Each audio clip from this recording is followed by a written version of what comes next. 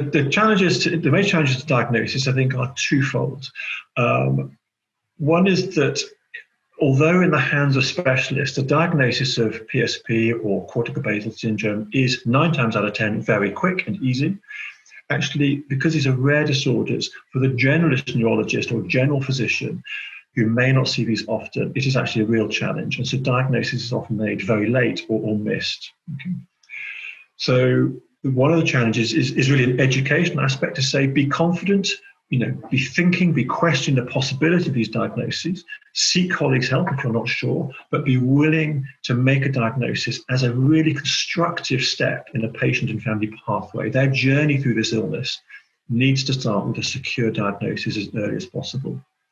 And these are very challenging diseases, and none of us like making that diagnosis, but we have to get to grips with that diagnostic accuracy early on in order to then help patients and families forward. Okay. So one shouldn't be shy of making such an important diagnosis. But even in specialist centres, and even with people who see a lot of these degenerative tauopathies, we all then still face a challenge of how do we reliably identify someone in the earliest stage of diseases when signs might be very subtle. There might be symptoms that are suggestive of PSP, but not conclusive.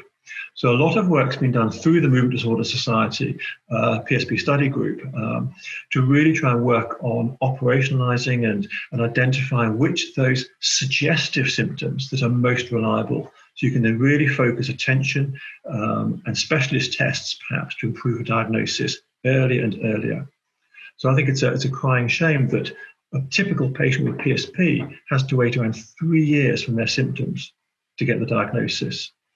An illness that might typically run for 6 or 7 years, a 3-year delay to get the diagnosis. I mean, that's such a lost opportunity for them to understand their illness and in the next few years to get early disease-modifying drugs on board. So we're really interested in saying, what could we do to try and diagnose it and get treatments underway, perhaps in the first few months, certainly that first year, when there's everything still to be gained by an effective treatment. So that's one of the challenges, is about recognizing the possible patient with symptoms that are suggestive but not conclusive. And biomarkers, I think, will have a very key role there, so that when one has even a low index of suspicion of the disease, one could look at tests that would firm up that diagnosis early on.